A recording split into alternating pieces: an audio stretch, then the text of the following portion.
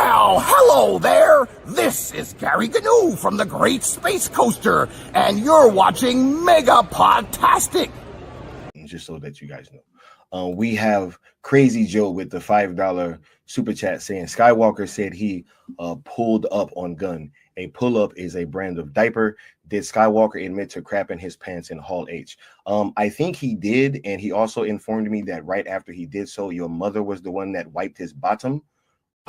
Everybody strike up the band. We're going to Crazy Joe's concession stand. He's got popcorn, soda, and delicious wieners. Forget all the shows over here, the grass is greener. We'll talk about movies and TV too. Crazy Joe reviews them all for you. He says fill the eat will go into one. Join Crazy Joe and get all the fun at Crazy Joe's concession stand. Crazy Joe's concession stand. He knows movies like the back of his hand. At Crazy Joe's concession stand. Keep wearing those pajamas.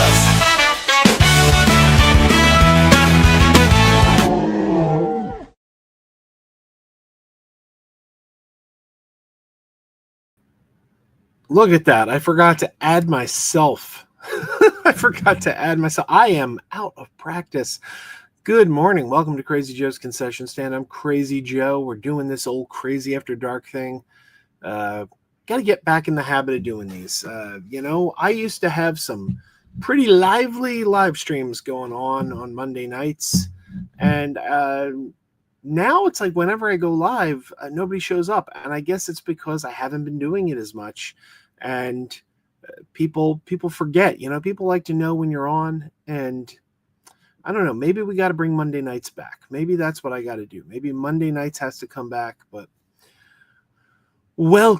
Welcome to the old concession stand, and good to see you.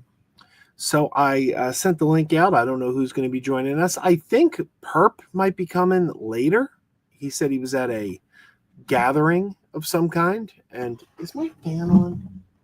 Yeah, I can't feel my fan from here. It is hot over here. Doesn't help. This thing insulates me, so I'm probably hotter than I would be. All right, let's see what you guys are saying. James Borland is here. Happy 10 years to Pig, Goat, Banana, Cricket, and We Bear Bears. I don't know what Pig, Goat, Banana, Cricket is. Happy 85th to Bugs Bunny. James says, Etno from Space Goofs versus Festro from Seaton. James, I never know what you're talking about. You put things in the chat that I'm like, what is that? Does anyone remember the game series Type to Learn 1? I don't know it. And Little Everett is here. Good to see you, Little Everett. James says, yes, I've heard the Cartoon Network is removed from basic cable. That sucks, but hey, it's the end of the era of cable TV. Yeah, I haven't had cable TV in about a decade now. Also, HBO Family is shutting down in August. I didn't know there was an HBO Family, if we're being honest. I don't think that's that I've ever heard of HBO Family. So, yeah, you heard it. You heard it here first, folks. Actually, you heard it on another guy's channel, but it's true. It's true. If you need your bottom wiped, there's no better way to get your bottom clean than my mother. Just so that you guys know, we have Crazy Joe with the $5 super chat saying Skywalker said he pulled up on gun. A pull-up is a brand of diaper. Did Skywalker admit to crapping his pants in Hall H? I think he did, and he also informed me that right after he did so, your mother was the one that wiped his bottom. It's true. She really wipes a mean butt, my mom. If you want to get a butt clean, my mom is the one to talk to. That's just, there's no two ways around it. She can polish a bottom like nobody's business. She'll get like a jar of Mr. Clean or some other cleaner and just, she gets a squirt bottle, gets it all up in there. There's no better way to get your butt cleaned than toilet paper himself. Toilet paper is probably the only one that can clean a butt like my mom. So there you go. Lisa's here. Lisa says, hi, Joe. How many days till the cast comes off? You should watch Rookie of the Year. I've never seen Rookie of the Year, and the cast comes off on Friday, so we are just days away. just days away. James says it sucks that Comcast doesn't have MeTV Tunes. MeTV Tunes looks cool. Yeah, again, I don't have cable, so I can't get MeTV Tunes either. And Trey says, what live action remake should be made? I don't know. I guess whatever they have an idea for, you know. One thing that I always push back on is you'll have people say, nobody asked for that movie. Nobody asked for that. Who asked for that? No one was asking for that. And I'm always like, that's not how it works. That's not how it works. We don't ask for things. Movies aren't made because someone asked for them. TV shows aren't made because someone asked for them. Occasionally, like Star Trek Strange New Worlds. That was a show that happened because the fans asked for it. You know, the Captain Pike and Spock were introduced on Star Trek Discovery, and the fans loved them so much they wanted a spinoff, and they asked for it, and they said, please give us a show about Pike's Enterprise. That's an example of a show that the fans asked for. That's incredibly rare. Most TV shows, most movies do not exist because fans asked for it. It's because somebody had an idea. Someone had an idea for a story to tell. Somebody had an idea and said, hey, why don't we do this? And sometimes ideas are good and they work. Sometimes they don't. But that's how movies and TV shows get made, because somebody somewhere had an idea. And it has nothing to do with what was asked for. So I always push back when I hear nobody asked for that. It's the stupidest criticism. It's the stupidest criticism in the world, because nobody asked for the original Star Wars. How would you know to? Like, that was George Lucas's idea. You wouldn't know that you want Star Wars until you see what Star Wars is. Nobody was really asking for the Barbie movie. And if somebody out there wanted a Barbie movie, they probably weren't thinking of that movie that we got, because that movie that we got was pretty out there, really. In the grand scheme of things, it was a pretty out there film. We all loved it when we saw it, but we didn't know we wanted that.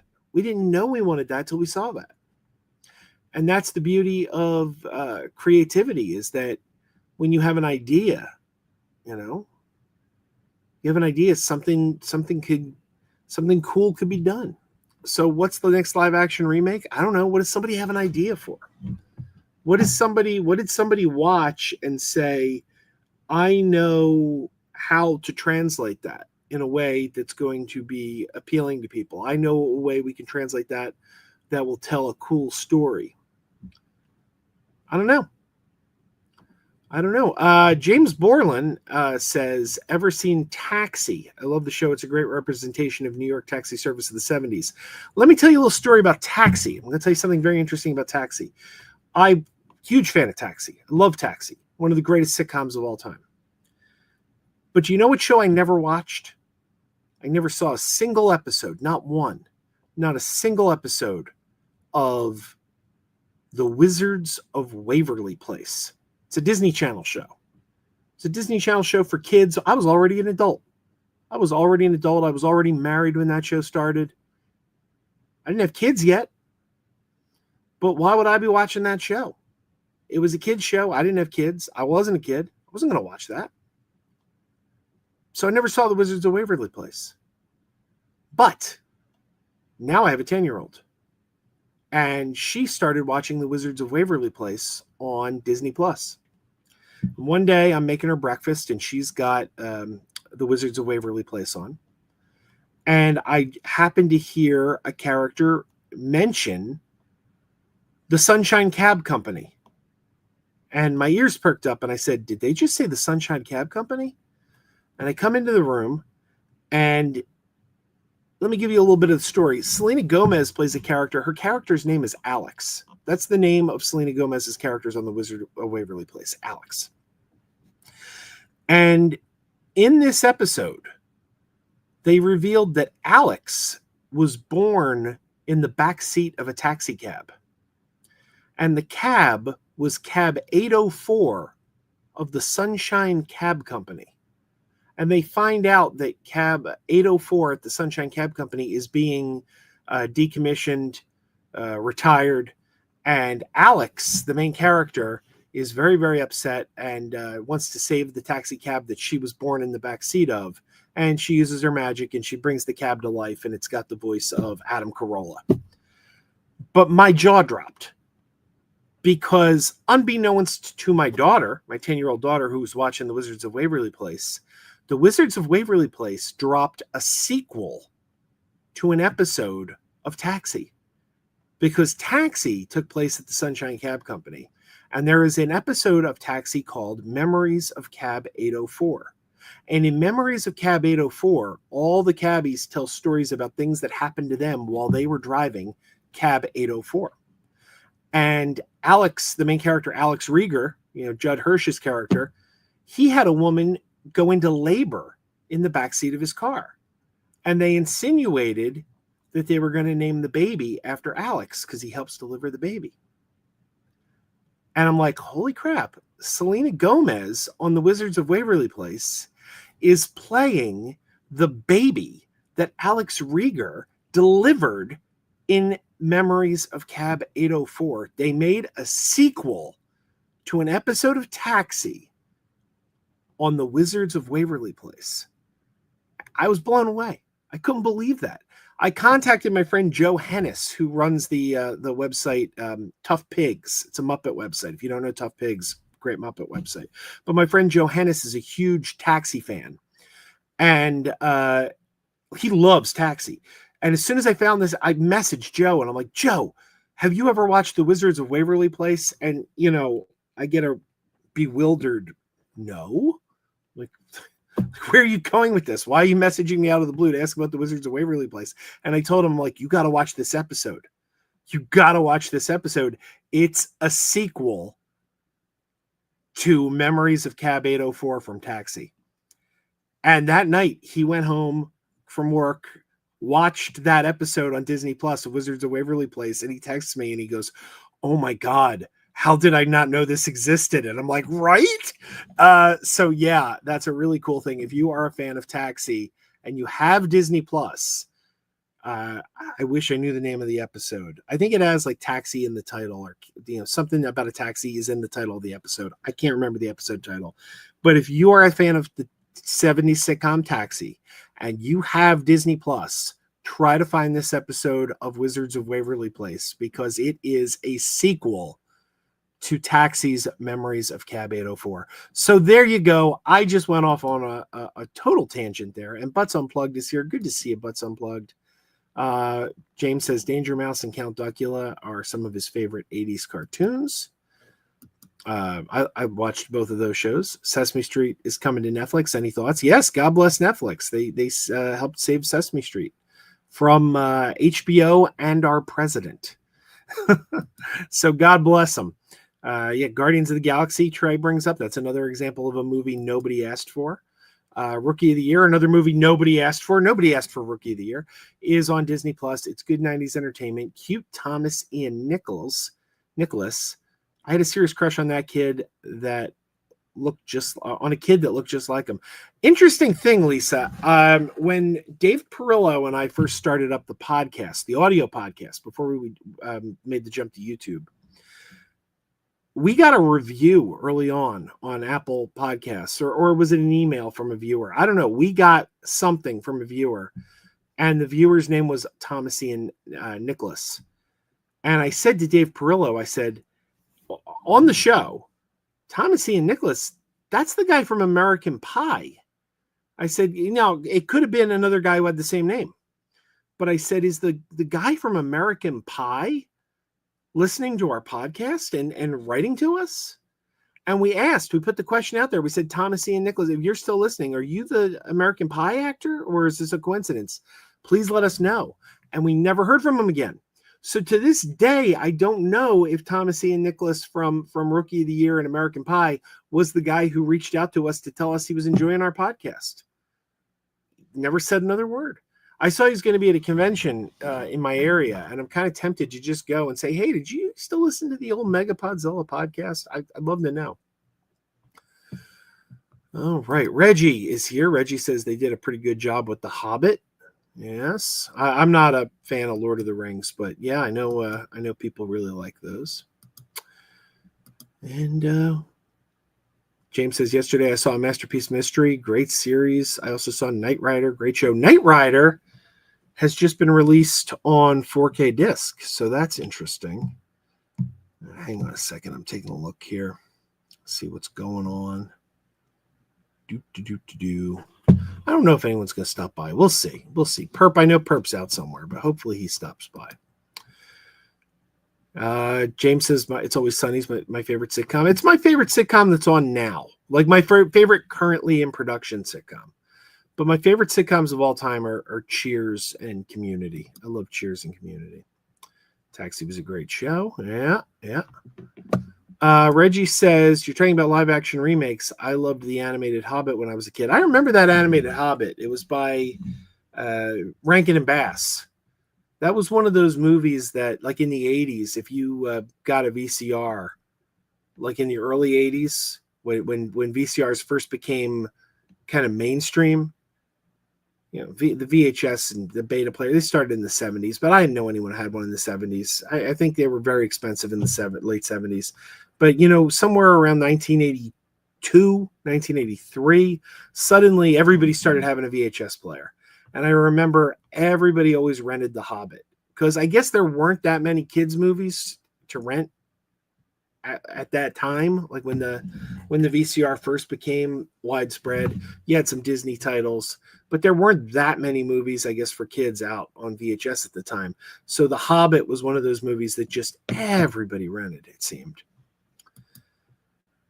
James said, anybody seen Thomas and the Magic Railroad, which is now 25 years old? I have not. Butts Unplugged says, fun fact, Danger Mouse and Count Duckula was voiced by the guy, David Jason. I guess that's supposed to be the same guy. I liked those shows. I know they rebooted Danger Mouse, but I wonder why they never rebooted Duckula. I would have thought Duckula would have been good for a reboot. Lisa says, that would be cool if it was Thomas. I think I saw he might be at the Rhode Island Comic-Con. Yeah, I saw that he was going to be at the New Jersey Horror Con, it's called. New Jersey Horror Con. It's a con that Tony from RetroCon and I went there a couple months ago to meet Roger Bart. Roger Bart played Doc Brown on Broadway on the Back to the Future, the musical. And he was appearing at the New Jersey Horror Con. So we went out to meet him, but it's really not a very good con. It's like a really tiny con. And they don't have much going for them except, you know, whatever celebrities they have. And they don't really get a whole lot of celebrities. So it's not terribly an exciting con to attend. If there's not somebody there you really want to meet, like the dealer's room's a joke. There's really no point in going. And the dealer's room, not only is it kind of a joke, it's really only horror stuff, you know? And I like horror. Don't get me wrong. I'm a horror fan. But what kind of horror merch do I need, really? Like T-shirts? I got enough T-shirts. You always have people like making those like shadow boxes or like, you know, carvings or clocks and with you know your favorite horror. I don't know, cool things, but I look at them and I'm like, but this is my thing at most conventions now. There's really not much for me to buy at a merch table at any convention anymore because I'm kind of like trying to have less things. Like I'm trying to get rid of things. Like I feel like there's no room for anything anymore. Years and years as a collector. Then you hit a certain age and you're like, what am I collecting for? You're just accumulating stuff. And I don't know. It's one of those things where I'm trying not to collect as much. And Lil Everett says, can you give me a yodel shout out from Randy Quaid what does that mean, Little Everett? Give you a yodel shout out from Randy Quaid? I don't know Randy Quaid. How am I going to get you a shout out from Randy Quaid? But Plug says, I remember you did a barbecue live stream. Yeah, I used to do like grilling with Crazy Joe live streams. I haven't done one of those in a long time. I certainly couldn't do one now because I need a hand to grill and a hand to hold the camera and Right now, I only got one hand. So I don't know. Maybe I'll do another one of those someday. Is anyone going to stop by? I don't know. It's I'm always amazed. It's like the strangest phenomenon that whenever I go live, no one's around. I'm like, why is nobody around whenever I go live? It's the weirdest thing. It didn't used to be that way. Like, I don't know. Butts Unplugged, you're an old timer. You've been coming to my streams for a long time, and James Borland, you've been coming to my streams for a long time. But like, remember years ago, like when I would go live on a Monday, and it would just be like, it would be a hop-in live stream, and I guess it's my own fault because I got out of the habit. I wasn't doing it as much, and people fall off. They're like, oh, he doesn't go live anymore. So that's probably part of it, but. I gotta get it rolling again. Also, I think I don't like to bring him up because, I don't like to bring him up, but I think that when I cut ties with Dave Eisenhower, a lot of his loyalists were like, I'm not going to watch him anymore, which I'm not sweating that. If his guys want to go and, boycott my channel, they're more than welcome to do so. I don't really care. So it doesn't matter, but that's probably part of it. Degrassi Knowles is here. Degrassi, I don't know if you're free. I sent you the link on Twitter. I would love it if you could come in because I really want to talk Star Trek to you. You mentioned some things in the comments over the last several streams about Star Trek and Star Trek's future after the Skydance merger. And I would really, really love to kind of talk about that if you're willing. So you've got the link. And Senior Nerd is here. Good, always good to see Senior Nerd. James says, I wish Time Squad got a complete series set. James, I'm telling you, man, you've got the talent. You've got the talent for always bringing up things I've never heard of. I don't know what Time Squad is. I'm sorry. Degrassi says he's finishing dinner. All right. Parallax is here. How's it going? It's going good. How are you, Parallax? So I don't really have a main topic tonight. I just kind of, what's this? I see Reggie says, I see Butts Unplugged on Big Paulie's live streams. Big Paulie is a British Blu-ray collector. Reggie, I've seen Big Paulie. I know who Big Paulie is.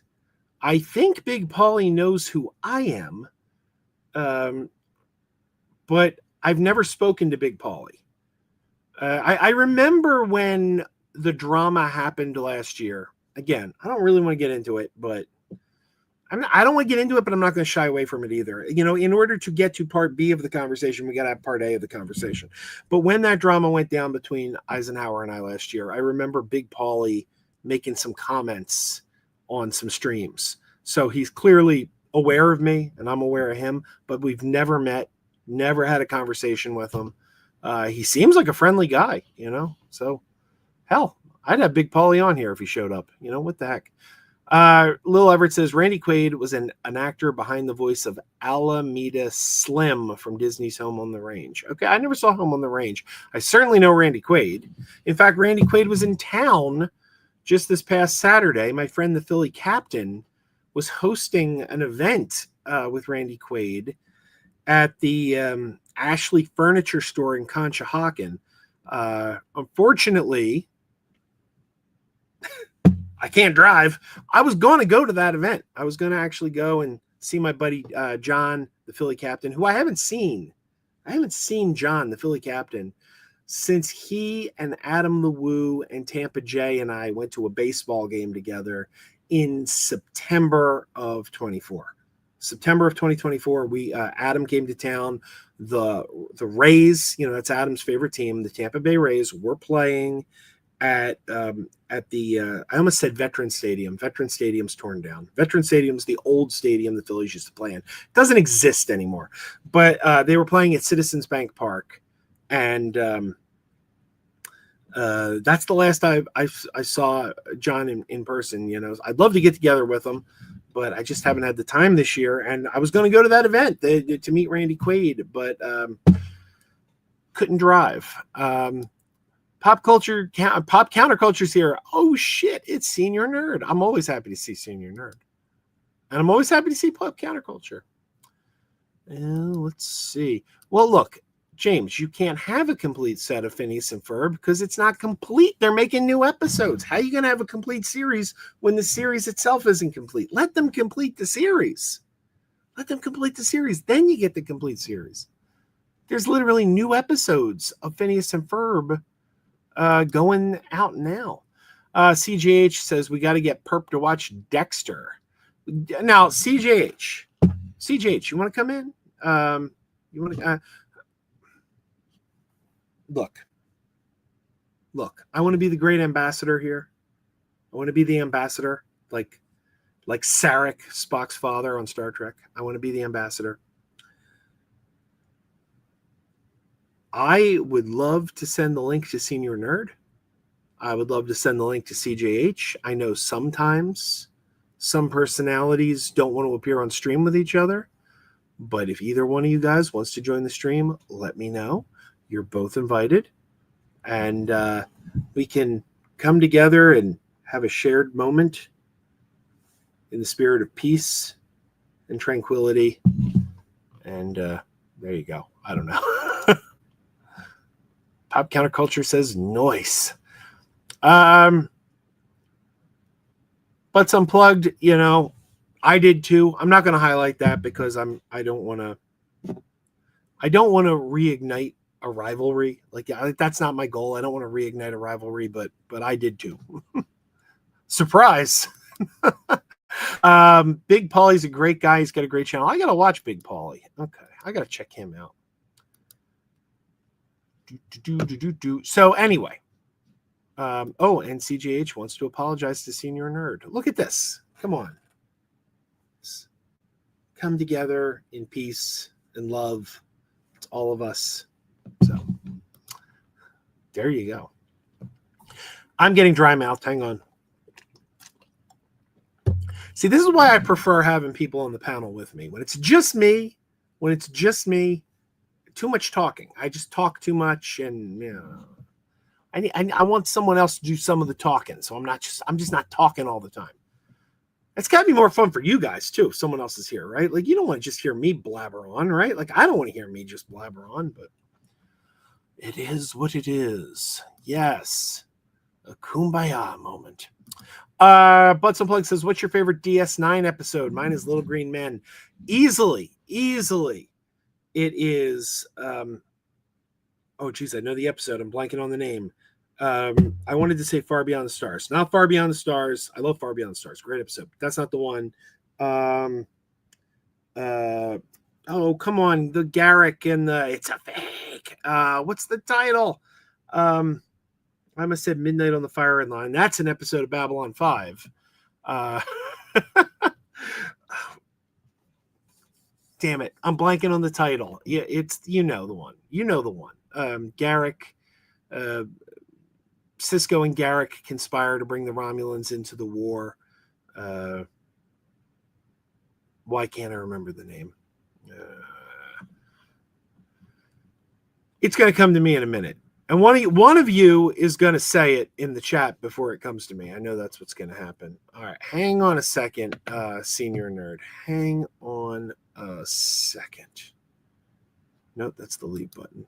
Look at this. I'm all out. I'm discombobulated, as the kids say. Discombobulated. All right, here we go. Here we go. From the frozen north, Big Red. A mighty man from the... I'm sorry, look at this. I'm just singing now. All right, now there is something I wanted to talk about. Whichever CJ, hang on, CJH. I got Twitter open. I'll send it to you on Twitter.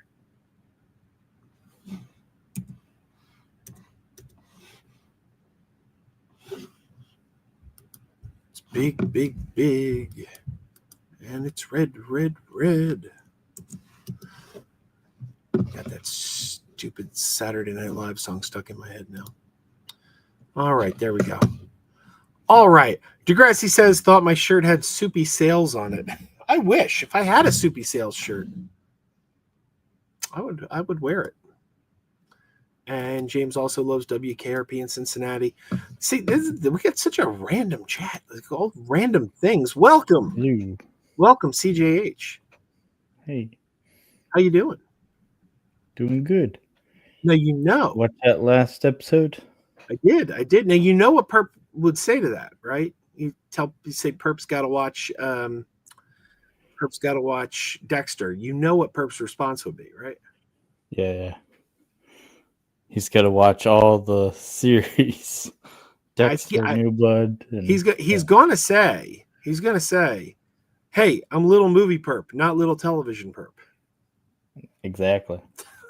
That's his line, man. That's his line.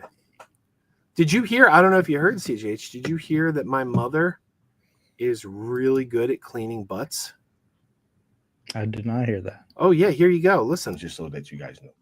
We have Krazy Joe with the $5 super chat saying Skywalker said he pulled up on Gun. A pull-up is a brand of diaper. Did Skywalker admit to crapping his pants in Hall H? I think he did, and he also informed me that right after he did so, your mother was the one that wiped his bottom.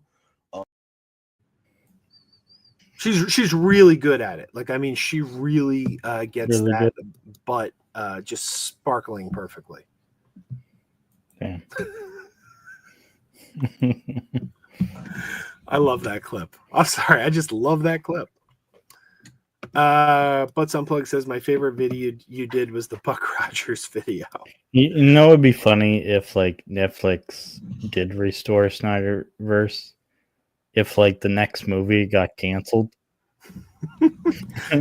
Yeah, do one more, end it on a cliffhanger, then cancel it. Yeah. Netflix is like, nope, we're not going to continue this. Oh, hilarious. Bring back the Dark Crystal series, and then we'll talk. Well, you know that's something I haven't discussed on. Oh, Senior Nerd is here. Hang on, wait a minute. Look at this. I'm back. Look at this. It's like an old school Perp stream. Yeah. Except Perp's not here. Senior Nerd, we love you, man. Senior Nerd. Mm-hmm. I love your screen. You guys do. What's that? What happened? I don't know. You were saying something. I didn't hear what you said. No, I was bumbling. So what's up? I'm loving your icon, James Gunn and Superman. I love that icon. Oh That's my really god, cool. yes. Really cool. Best movie of the year. Finally, I can talk something about Superman. I've seen it 4 times now. The hell was he? I'm saying I saw it once, but once was enough to. Yeah, this is the best Superman movie I've ever seen in my life. This was pretty much a Superman movie I wanted when I started reading comics and watched the cartoons.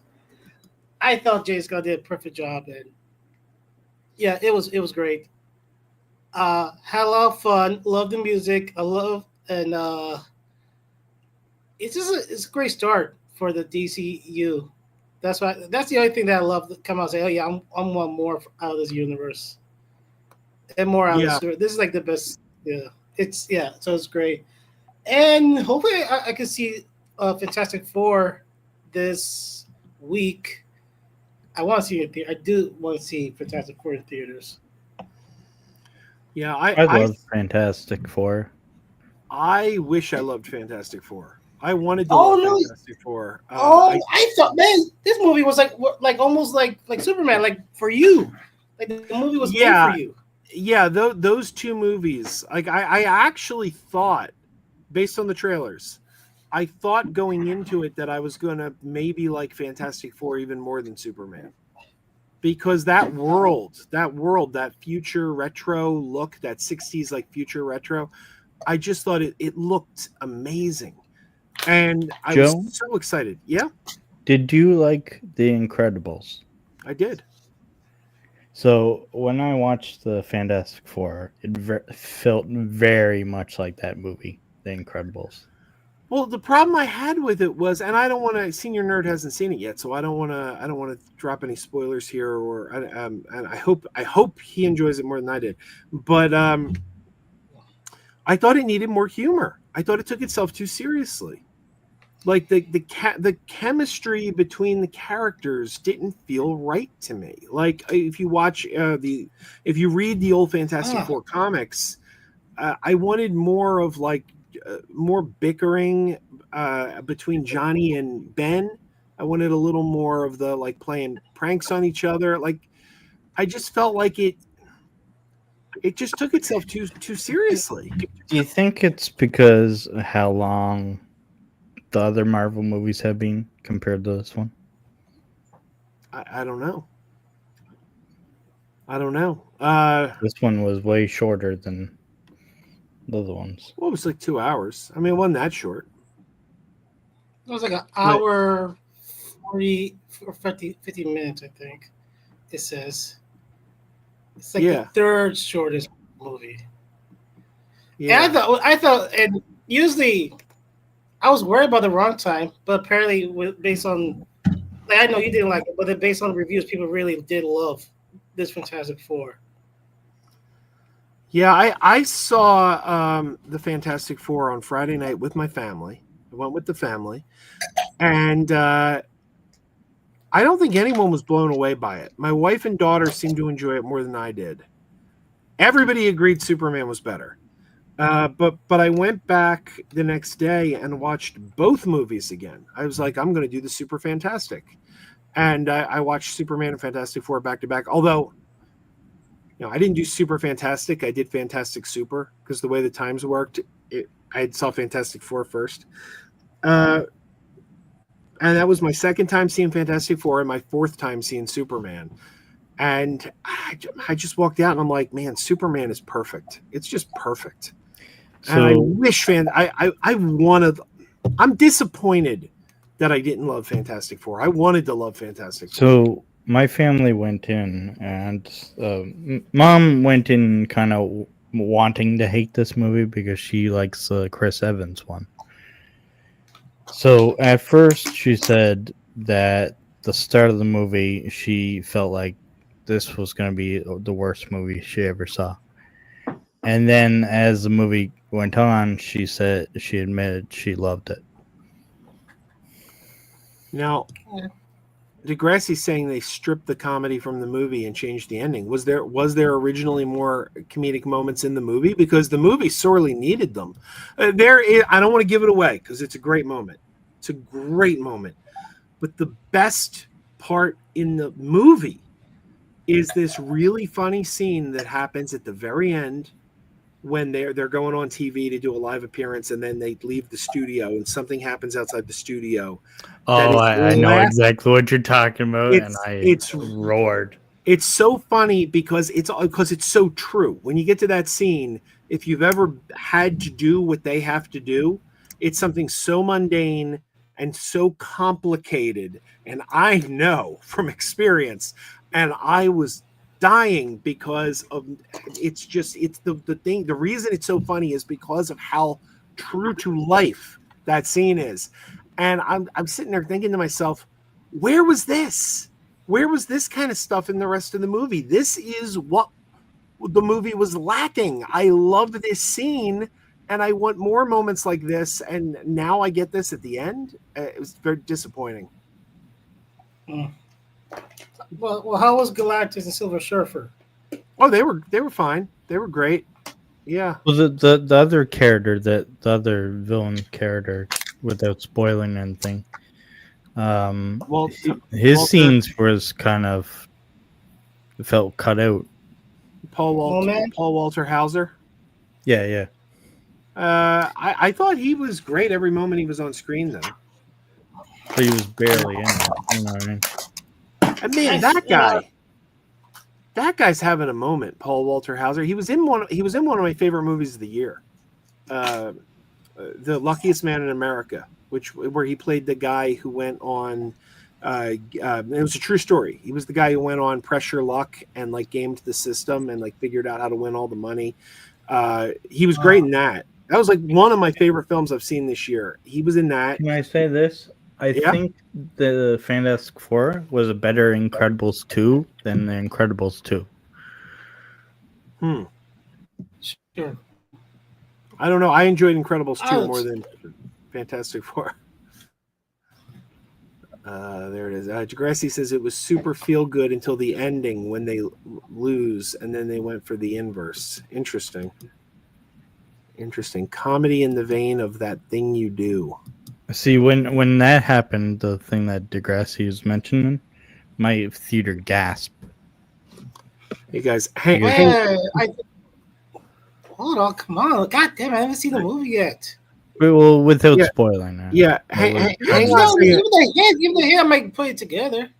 Yeah, CJ, be careful with the spoilers. But guys, Yeah, give me 1 second. I need to talk amongst yourselves for just a second. My daughter just came down. I gotta check on her. Hang on a second. So how you doing, senior nerd? I saw this movie today, huh? Last Jedi? No. I can take this shit. Oh, I can take this shit out. Hold on. Hold on. Okay, virtual background. None. Okay, I'm back. So this movie just now. Salt. Is it any good? Okay, so the first time I watched it was a long time ago on HBO. I didn't like it. It was boring. So then I just watched it tonight. It started off, I was like, oh, this is pretty fun. And I was thinking to myself, this is a better Black Widow movie than Black Widow. Have you seen this movie, Crazy Joe, Salt? Just recently, I watched it. Maybe about a month ago. It's it's not bad. Okay, so then I said to myself, because I watched it for the first time a long time ago. I don't know when. It was on HBO. And now I just watched it today on DVD. And the beginning, I was like, okay, this is like a better Black Widow movie than Black Widow. And I was getting to it. And then the twists and turns and the other twist and the other twist, I can't wrap my brain around it. And like is she's with the Russians or she's not with the Russians? She's trying to prevent. And then I was like, and then when they're in the bunker, I was like, wait, is Leo Schreiber also a Russian super spy? And yeah, it turned out he is. And I was like, well, that's stupid. And then they did the very ending was just like, it was sequel bait. It was all like set up a sequel that still probably will never happen. Or did happen, maybe I don't know. But it's cool action, but I'm still like, it's a series in the box. Angelina Jolie starred in action packed thrill that'll keep you guessing until the very end. And I still don't know what the fuck. But something as how's my arm? What happened to your arm? Oh, I fell. I fell coming out of a parking lot. Tripped over the curb. But this comes off on Friday, so we're days away from me getting my right arm back. Is it sprained or broken? Oh, they replaced my elbow. Like I had elbow reconstruction. I shattered. Really? Yeah, I shattered my elbow. Oh fuck. Yeah, it's. I'm a cyborg now though. So. That's wow. Let's see. James Borland says, I want to rewatch Halloween Town. My old babysitter, my childhood babysitter, was a producer on Halloween Town. Really? Yeah. It's interesting family. She became the producer of the Halloween Town movies, and her brother was the lead singer of the 80s metal band Cinderella. I don't know if you remember Cinderella. Oh my God. So, was that something? Run? Did they do Run and Round? No, I think that was Rat. Round and Round. That was Rat. Cinderella. You know, I wasn't really a metal guy. It's funny. It's funny because like I said, the lead singer's sister was my babysitter. You'd think I'd know something about Cinderella, but I don't even know if I can name a Cinderella song. Any Cinderella fans? Yeah. Degrassi knows. Tom Kiefer. Yeah. His sister's name was Jeannie. Nice girl. What's a Cinderella song? Someone give me a Cinderella song. I think their album was called Open Up and Say I. Nobody's fool. That's I'm looking up. I Googled Cinderella and it comes up Cinderella's a classic fairy tale. Yeah, that's not what I was looking for. So, Joe, what are your theories about the newest Dexter thing? Because I think Prater knows. Prater. Which is that the Peter Dinklage? Peter Dinklage. You think he knows he's not who he's claiming to Yeah. be? I don't know.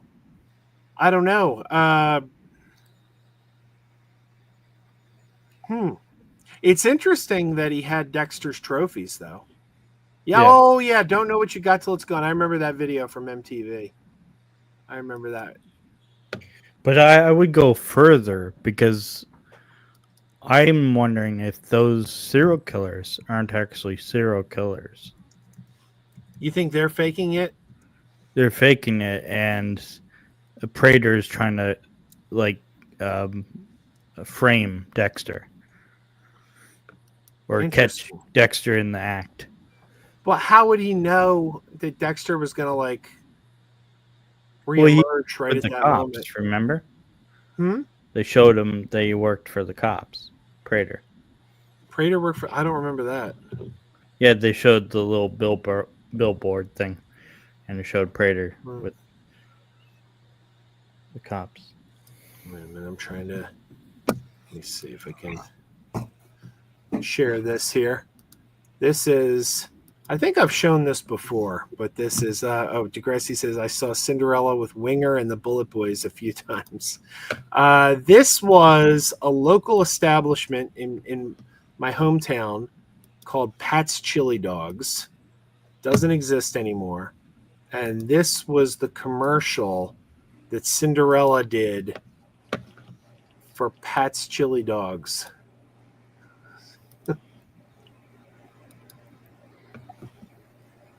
Huh. Oh, wait, I don't have any sound. Where's the sound? All right, let's try this again with sound. Wait a minute.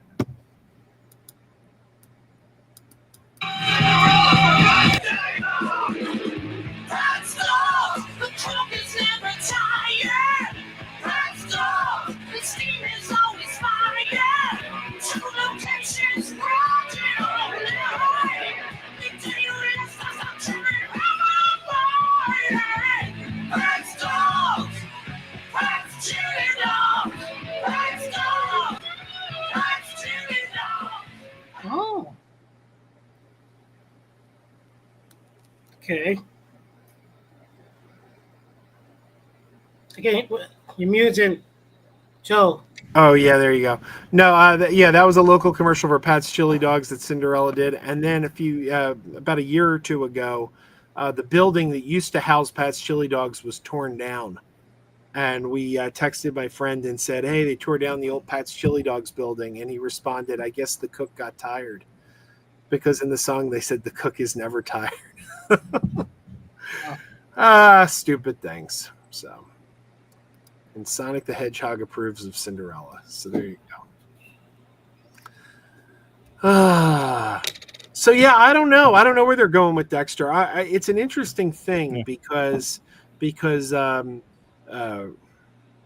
Angel clearly has suspicions that he's the Bay Harbor Butcher. Oh, Batista 100% thinks. Yeah, but the question is, what do you do with that? What do you do with that? Because they want to keep Dexter going for another season, so they can't have him get caught. So is this going to turn into The Fugitive, where Angel just pursues him? Quinn would also know, right? And I would imagine Batista probably left something for Quinn to figure out something. Look at this. Lisa says Perp's live for 39 minutes now. I thought he was going to come over here. What the heck? We've been waiting for you. What's he doing? I think he'll apologize to you, Senior Nerd. No. Senior Nerd, you don't want to. If you don't want to talk to Perp, No. No, hell no. Fuck you don't want to. Oh, okay. I was gonna. Ooh. Oh, all right. Sorry. It's dead. It's gone. Batista approves.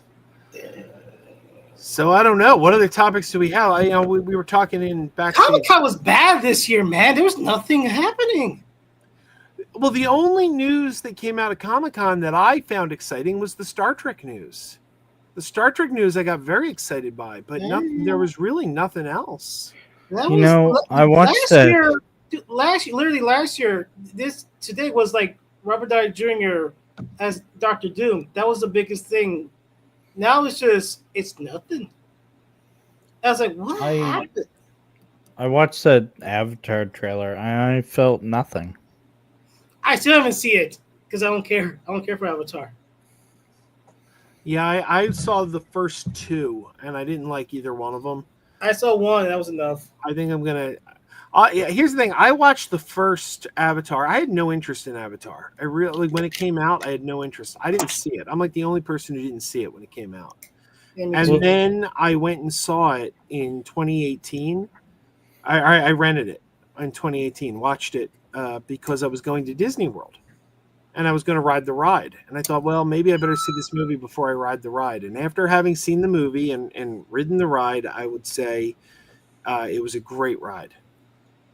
It was not a great movie. Then I gave it another shot, went and saw the second one because my wife wanted to see it. And I'm not the Avatar guy. Yeah. I think the only way I would watch it is in theater, because there's no way in hell that I'd sit down at home and watch Avatar. Yeah. Without it's being forced to in the theater. Yeah, I prefer to see everything in the theater, but I just don't think I could do Avatar again. I think I'm against it. I won't say I'm against Avatar. It's just like it's keeping Cameron occupied to do other things. He's so stuck in Avatar. Like I want him to do more.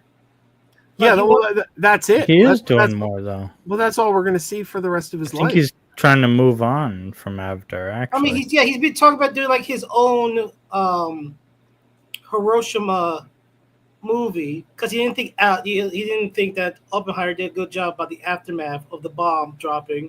So he wanted to do his own. But when? After Avatar 4 or 5? It's. But I will say this about Avatar. It is like we're crying about original movies. Like there's an original movie. Is it original? It's Dancing with Wolves or Fergal. Yeah, I mean the same argument could be done with Star Wars. That was Flash Gordon. Well, it's like I keep saying though, we're getting so much original. Like we get so many original movies. It's just that people don't pay to see them. Yeah. Well, that's what I was telling to my parents. It's not even original anymore. It's like it's a third thing. They after the Fantastic Four, they start saying that like there really is no original superhero movies. You know, we already kind of saw that movie. Well, what was the last original superhero movie? That would have to be Hancock, right? Well, I saw Hancock they said they really like Thunderbolts. Well, yeah, but Thunderbolts isn't original. That's based on the comic. Like if you're talking original, but I think like Hancock might be the last original superhero movie. Or maybe I'm forgetting one. But I would say probably Hancock. I like Hancock, by the way. I love Hancock. I did like it, but then it's the twist, the stuff with Charlize Theron. Yeah. And I'm like, okay, are there gods, aliens? And then I think about it, it's like, okay, you remember he says like he calls himself Hancock because he had amnesia. Yeah. He was writing in the hospital, his John Hancock. So he wrote John Hancock. But she knows him. Why couldn't he say his name? What was his real name? It's like, I didn't get. You remember? He's like, and no. At one point, he said, "Well, your name is not Hancock. It's." And it's like never told her that. Yeah. Yeah. I don't know. And then I was thinking, okay, so he said he lost his memory 80 years ago. When did he start to become a bum, a superhero? Just recently, or why wasn't that like it's been known like for like decades? Oh, this guy who's a bum, he's a superhero, but he's very destructive since this time. When did he start becoming a bum? I don't know. I'll tell you the plot twist with Charlize Theron. When I saw the movie the first time, I hated that. I hated it. But then I watched the movie a second time, and I think what made the difference was the second time it was so out of left field the first time. It came out of left field, and I was like, what is this? But the next time I knew it was coming. Like I was expecting it. And I think the fact that it didn't like smack me upside the head and like that came out of nowhere. I think that's why it made it easier to swallow the second time. I don't know. But it's definitely the weakest part of the movie. Like nobody liked that reveal. Like I remember when it came out, nobody liked that reveal. So they were talking about doing a sequel for years. I don't know whatever happened to it. Obviously, Will Smith is kind of out of favor now after, Slapgate, but they were for years talking about doing a sequel, and I always thought, well, there's room there, so long as they kind of shy away from the Charlize Theron aspect, because that was the one thing nobody liked. My thing if they could do a sequel, reveal that there's other people like them, that there are those superpowers. Like you said, they're the only one, but no, there's others.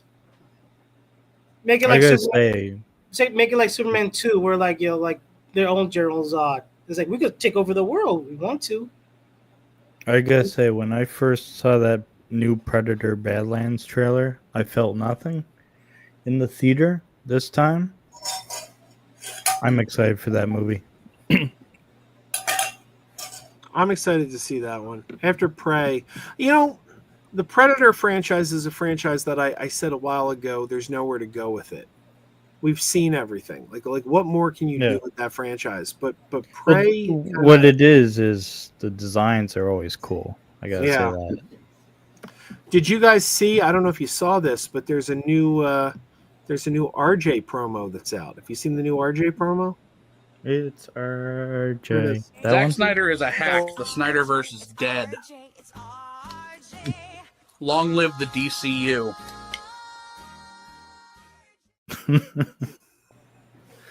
Okay. That was not really RJ. What's the posters on the wall there? What? The posters on the wall. What? I don't know. Did you guys see the stream that came from? Was Skywalker? That's from the Skywalker stream. He made that.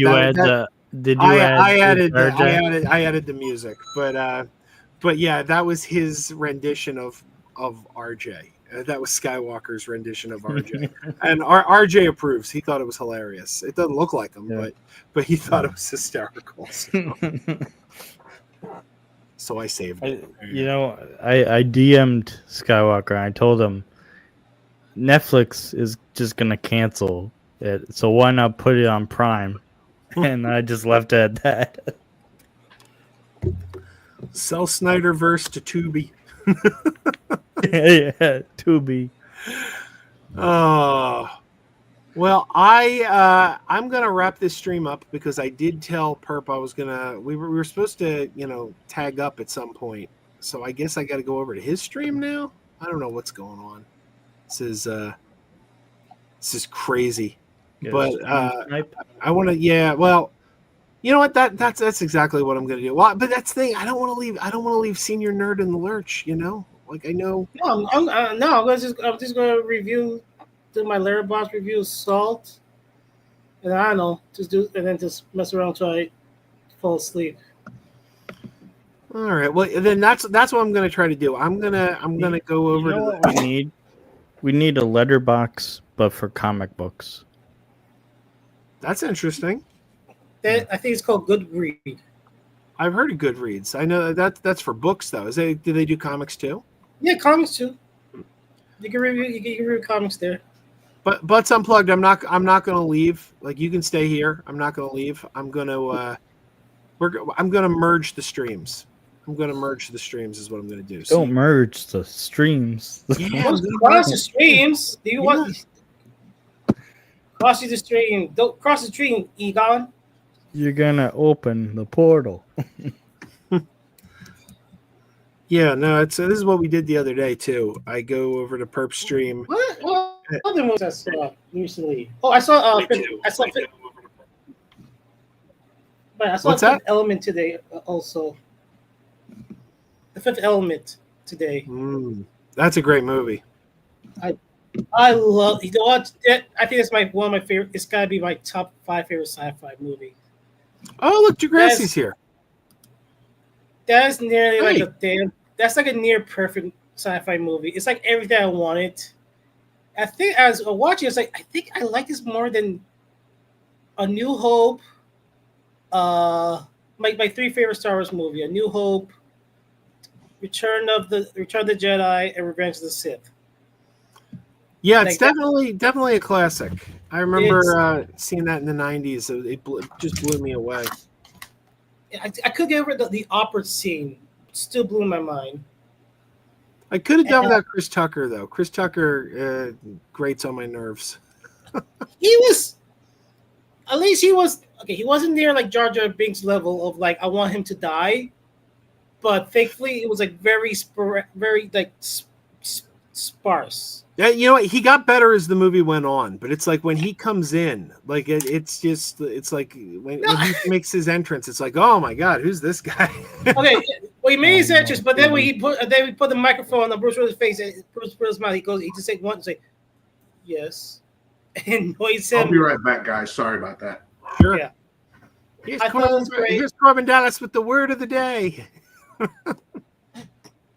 Tubi's got a Epstein documentary on there now. About Juan Epstein from the Sweat Hogs. Yeah. There's a dated joke. Half the audience probably doesn't even get that one. Butts Unplugged wants to know when the next live. Trying to find some. Oh, did you ever watch Source? Source Code. Source. Oh yeah, I saw Source Code. It's like Groundhog Day. It's been a while. I saw it once. I didn't like it. It's like, yeah, it's Groundhog Day. I was like, I didn't like it. I thought Source Code. Wait, is Source Code the one I'm thinking of? The train. Jake Gyllenhaal. right? He's like Jake Gyllenhaal. He's in a train, and it keeps exploding, and he revealed it over and over again. Do you know what it really reminded me of? Groundhog Day. Quantum Leap. I felt like this was like Quantum Leap, and I think it was intentional because when he called, there's a scene where he calls his father on the phone, and who did they get to do the voice on the phone of his father? Scott Bakula. And I'm like, oh man, that had to be, because I'm watching the movie thinking this is like Quantum Leap, and then he makes that phone call, and I hear Scott Bakula on the phone, and I'm like, that's what they were going for. They were trying to make this like Quantum Leap. I gotta watch that movie again. I haven't seen it since the theaters. I saw it once. I mentioned it, and then I was like, yeah. Here's I saw these 2 movies recently. I finally saw the Superman sequel, Superman 3 and Christopher Peace.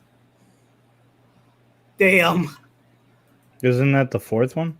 Yeah, the Christopher Peace. Okay, Superman 3. The best part was Annette O'Toole as Lana Lang. I love her scenes with Christopher Reeve. I love the stuff in Smallville. I grew up with Annette O'Toole as Martha Kent on Smallville. So I knew she was like the original Lana Lang. So she was great. Evil Superman I thought was a lot of fun. I thought the junkyard scene with Evil Superman and Good Clark Kent was the best of the entire movie. And I gotta say, when like he chokes out Evil Superman and Clark went, I cheer. I was like, fuck yeah, that was awesome. I thought that was great. The rest suck. Richard Pryor had no business in this movie. Richard Pryor had no business. Robert who's the villain? Robert Vaughn. Robert Vaughn was a cheap ass Lex Luthor. You know what's interesting though? Robert Vaughn, I feel, was playing the modern day Lex Luthor. Yes, he was. Yes, he was before they introduced the modern day Lex Luthor into the comics, because the idea of Lex Luthor as a millionaire businessman, that didn't come into the comics until 1986, and that movie came out in 1983. And I'm like, wow, in retrospect, he was playing the post-crisis version of Lex Luthor before they introduced the post-crisis version of Lex Luthor. Yeah. So that was interesting. Yeah, but the worst was Richard Pryor. When Webster's sister turns into the robot, remember when the computer turns her into the robot? That now it looks ridiculous. Looking back, it's so dated and ridiculous. But in the 80s, that was nightmare fuel. I guess that scared me as a kid. I mean, but oh my god, Christopher Peace was so bad. What's this about? Oh, that was Jerry Anderson. That was a show from the guy who did what do you call it? Not Thunderbolts. The puppet strings. Yeah. There was Stingray and the Thunderbirds. Thunderbirds, yes. Thunderbirds or Go. Yeah, he did all those like I think they called it Animagic. All those like no, Animagic was the Rankin Bass stuff. They were all marionettes. Right. He did all these like sci-fi shows with marionettes. Jerry Anderson. But somebody says, when's my next stream? I don't know. I got to get onto a more regular schedule again. I kind of had gotten away from doing live streaming, but I just signed up for I paid for a year of StreamYard, which I shouldn't have done. It was a waste of money. I really shouldn't have done it. If anybody wants to go in halves, if anybody wants to be a content creator and wants to go in halves on a year of StreamYard, message me, because there's 2 seats. We can both use it and do our thing and save money. Yeah, but so if anyone's interested, let me know. But yeah, so I don't do really need to stream that often, but I would be down. That's the thing. That's why it's a waste of money. I need to start streaming more often now because I paid for this, and otherwise it's.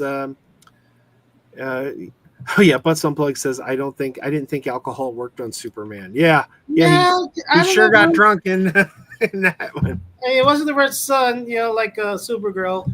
Oh my god, I love Supergirl. I'm so excited for Supergirl. That was. Thanks for watching, bitch. God, she was so awesome. I cannot wait. That was a great line. That was her, and then her just crashing into the fortress. So where's do you move the door? She said, no, the door's right there. Yeah. I don't think that I don't know when in the comments have it it's the controlling metabolism cannot get drunk unless they go under the Red Sun. So I think maybe Superman can get drunk then.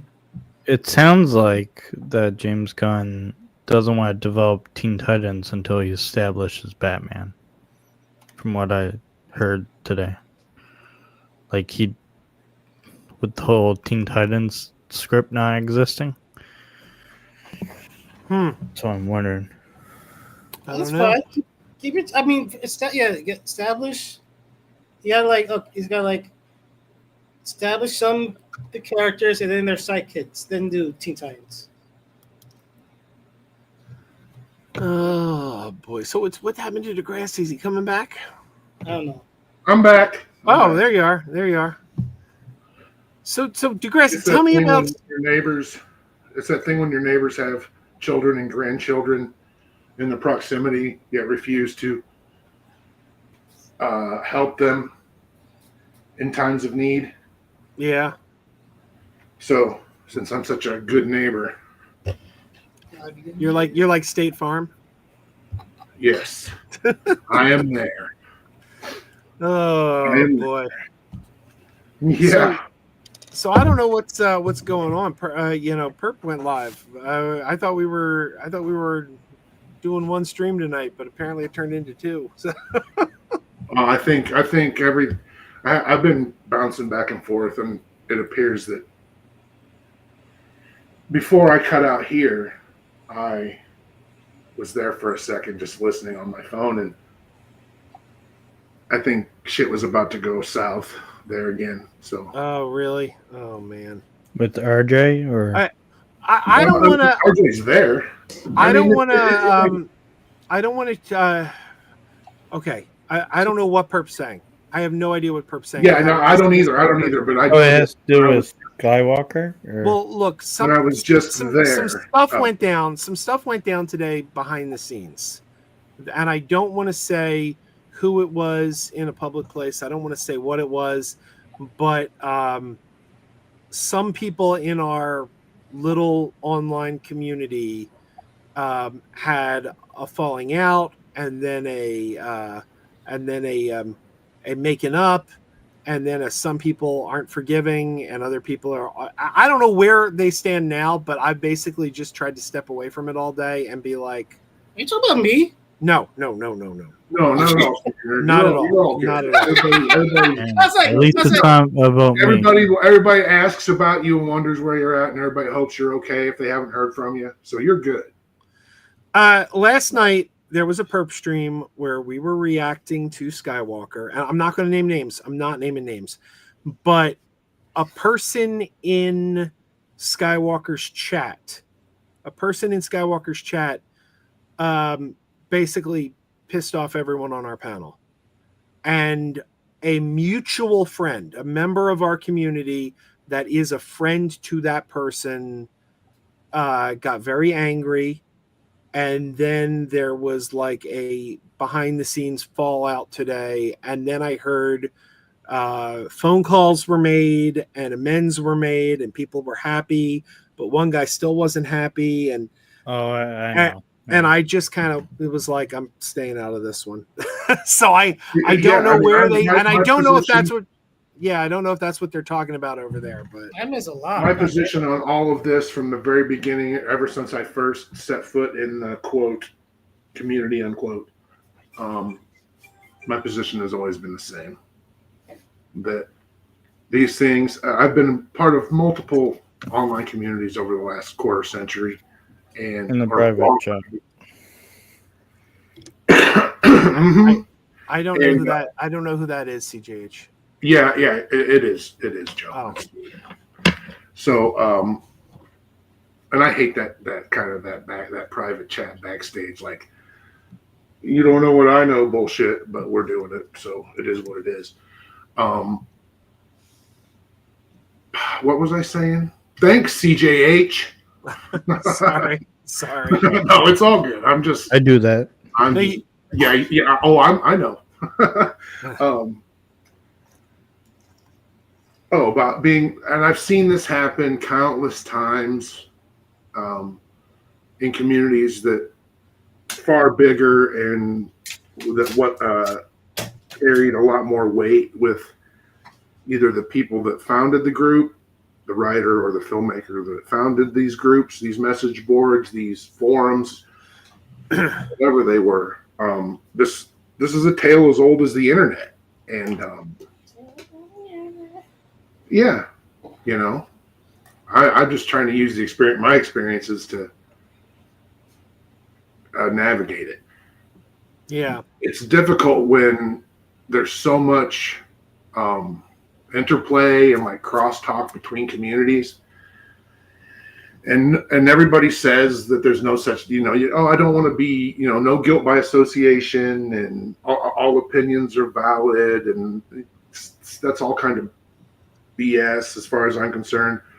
I have guilt by I will hold you accountable if you are with somebody who is actively spreading hate. That's where I'm going to draw the line. If it's like you don't like the thing that I like, I'm okay with that. But yeah, that's like what I said. I tweeted something out about it. I told y'all sooner or later you were going to have to choose a side, and I got hit with, "What do you mean choosing sides?" And I'm like, well, okay, here's what it's come down to basically with everything. This is infected everything we talk about everywhere, all of the time. Okay? And I'm going to say the word. People are either twisting themselves into pretzels, protecting and defending alleged pedophiles. And then you have just as many, if not more, people throwing that word out and alleging people are that with no basis, no evidence. It's just that, like what you say, dude. I remember when Duty Head was fighting words. Yeah. And so you basically what it boils down to is this: there's a large segment of, and it's politics, it's in religion, it's in comic books, it's in movies, it's in television, it's in music, it's in everything, and it's sad that it's come down to either protecting or projecting pedophilia. Yeah. And well, it's like I've been saying it for it's 2 years fucking now. crazy. I've been saying it for 2 years now. That word has become so meaningless anymore because they throw it at everything. And you know what? Now I'm looking at it and I'm like, well, now look what they did. Now look what they did. Because anyone pisses you off, you just call them that word now. And it becomes white noise. Becomes white noise. Yeah. It's a meaningless word. If you tell someone, well, you're that because you go to Target, And it hurts actual victims. right? But then what happens? Yeah, it doesn't help anybody. But then what happens? We have a very, very powerful figure who is actually tied to that for real, but they've spent 2 to 3 years turning it into a nothing insult. So now when there's actual allegations against somebody in power, they don't care. Yeah, it's insanity when it comes down to like some kind of perceived victimhood over another perceived perception of a war, a battle that's being fought that doesn't exist. And I guess if that makes me a gun nut, that I don't have that I'm not driving around in my pickup truck with flags and stickers on it. Okay. Like the Snyderists are movie MAGA. They're the QAnon of Cape shit, and it's tiresome. It's ponderous. It needs to fucking end.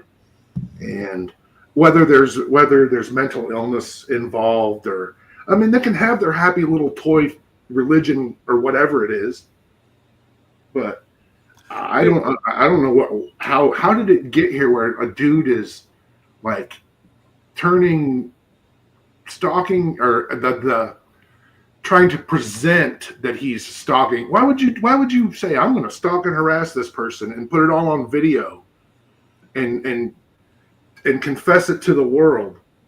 You know what I'm saying? Who does that? Yeah, it's a sickness. And I kept saying that was one thing where Perp and I disagreed, because I said I think this is real mental illness. And I know Perp was saying no, these guys are smarter than they let on. This is like an angle they're playing here. Well, I think in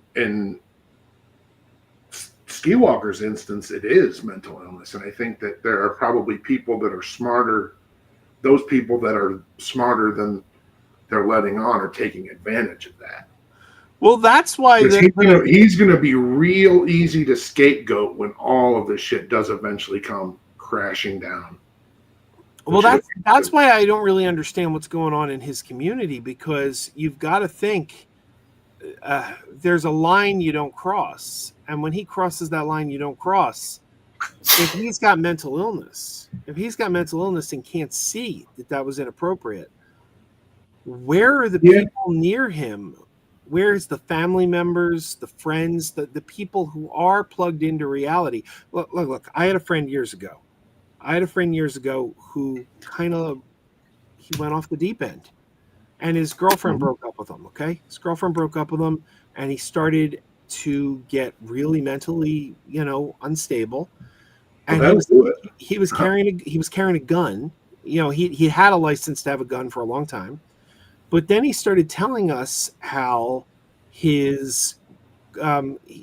had a revelation, And he realized that his girlfriend, the reason she broke up with him was because she wasn't herself. She had been overtaken by a demon. Gotcha. And if he could kill the demon that had possession of her, she would come back to reality and be with him again. And I started going, oh my God, he's saying he has to slay the demon that has control of her. I'm like, he's armed. So I started calling around, telling people like, dude, I don't want to use his real name, Jimmy. Jimmy's got a gun and he's going to kill his girlfriend. He's saying she's possessed by a demon. And it took a while to get people to listen to me, but we finally reached out to his sister, who happened to be a cop, and his sister got his gun license taken away. All right. So what you need are people like the sister in that scenario who stepped in and said, uh-oh, my brother's not right. Look at what he's doing. This isn't. Where are those people around Ski Walker? Like, where are those people? They've probably walled themselves off from him. I mean, I'm not going to assume anything about this dude other than what I see. Dude ain't right. And I can say that. I'm not making fun of him. Well, it could be a danger to James Gunn. Well, he's dangerously delusional. And yeah. I'm being alliterative on purpose. Do we know that he's armed? Well, I don't know. It doesn't matter. I don't know it doesn't that. matter. Was he in the service? Wait, was he in the service? He was. Yeah. Well, that's what I hear. Okay, so he could easily get a gun. Yeah. He doesn't even need a gun. I mean, he could. Yeah, I'm not even going to go there. I'm not going to speculate, and I'm not even going to put any bullshit like that out into the universe. Right, but what I'm saying is, the dude is clearly dangerously delusional. If you're willing to go to these extremes to make sure somebody sees you, even if he's not a danger to James Gunn, he's a danger to himself. Who knows? I mean, what else he could do? I don't know. I don't either. It's crazy. And again, like apparently we can't say that, which I take issue with. No one can send like a wellness check on them, or. Well, I mean, I think you would think that YouTube would just. I don't know. YouTube's not gonna do nothing. They've I've let people do horrendous things on here. I know how it works. It's there's nothing any of us can do except be critical of it and call out aberrant behavior when we see it and try not to hand wave it away like so many people are doing. And again, don't protect pedophiles and don't project pedophilia on people who aren't. Stop doing that. It's really that easy. Yeah. It saved everybody a whole lot of trouble, because the thing is in my life experience, I've been very lucky, but I know I have friends and family who have not been lucky. And it's insulting to them and their families and their friends. And I had another point and I lost it. Well, I know, at least in Canada, I don't know, I can't speak on your guys' thing, but mental health, they don't really do anything for people with mental health anywhere. But see, like the thing, they kind of just throw people. That's not true, Jake, because like you can't just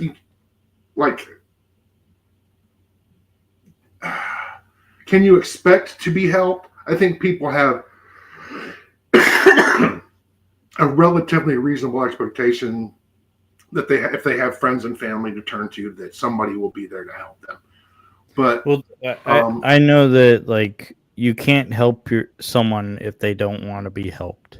Yeah, that, and you have to seek the help out. The help isn't going to come to you, but you have to do the work.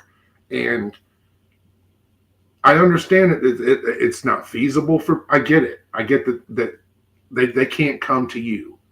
I'm willing to bet if he's a military veteran that, at least right now, today, he still has some options available to him. I hope he's using them. Again, it's not criticizing what somebody does on the internet and their content and the shit that they say isn't a personal attack. I'm understanding lately that a lot of people see someone calling out let me present this caveat first. Understanding the difference between misinformation and disinformation. Somebody providing misinformation might not know better. Somebody giving you disinformation is deliberately doing it on purpose. So, Jesus Christ, I did it again. Criticizing someone's content isn't a personal attack. Yeah. Max. I'm tired of people pretending like it is. You know? Yeah. Like if you show your ass on the internet and people are like, hey man, you're showing your ass and there's shit falling out of it. Nobody likes it. Stop doing it. And then they double down. Well, they could just get in touch with my mother because she's really good at wiping butts. I don't know if you knew that. I mean, I would hope that my mother is really good at wiping butts because the first couple of years of my life might have been rough. That was the best $5 I ever spent yesterday. Yeah, I just, and then I understand that these people have friends that we know and people don't want to be caught in the middle and all that. And I don't know. It's unfortunate. It's sad. It happened. And I think it's probably best if everybody moves on. I'm not the final arbiter on any of this. This is just my opinion. I could be wrong. Well, it seems like a A repeat? You just muted yourself, CJH? But yeah, I mean, I've seen this happen in this community. I've been here around the community for 4 or 5 years now. Yeah. Somewhere in COVID, I stumbled upon Max and Enosh and everyone, and I've seen it happen multiple times. So it typically involved Jarbo. The one common denominator in all of them up to this point was Jarbo. Well, I saw that. Good on him. Good on him. I saw you. I've seen that Jarbo has inserted himself into it. By the way, you all know my feelings on this community, right? This community means about as much to me as a festering ball of dog snot. Oh yeah, yeah, me too. In the private chat. Well, yeah, no, I mean that was a given. Oh really? That was a given. Well, I shouldn't say. I'd do it. It's gonna be a repeat. You want me to watch again? Do it. Because I don't want to subscribe, but I have to watch a fucking Max stream again. I think he's desperate because other people won't go on his streams. I've been told he really wants me there, and I don't know. Like I said, why? But apparently he's pretty upset I'm not doing his streams anymore. Yeah. I mean, Channel 62 always was my favorite UHF station. They got it all over there in UHF. I do find like Max changes his opinion based on who's on with them though, like Voltaire, or Were we going to talk about Star Trek, Joe? Yeah. I wanna get your thoughts on. You've been saying that you've heard through your sources that it's pretty much a foregone conclusion that Starfleet Academy is dead. Now, I'm curious about this because I brought this up with some friends of mine. I said, I'm hearing Starfleet Academy may not have much of a future. And my friend Clinton, who hosts the Topic is Trek podcast, I also sent him the link. I invited him to be here. I guess he couldn't make it, but he said, well, with this merger, we don't really know what's going on until the merger's done. It's really going to depend on if Skydance want to renew contracts or not. So I don't know, like how what are you hearing? Like how certain is it that Skydance is pulling the plug? So Skydance, their deal with Paramount, what was it?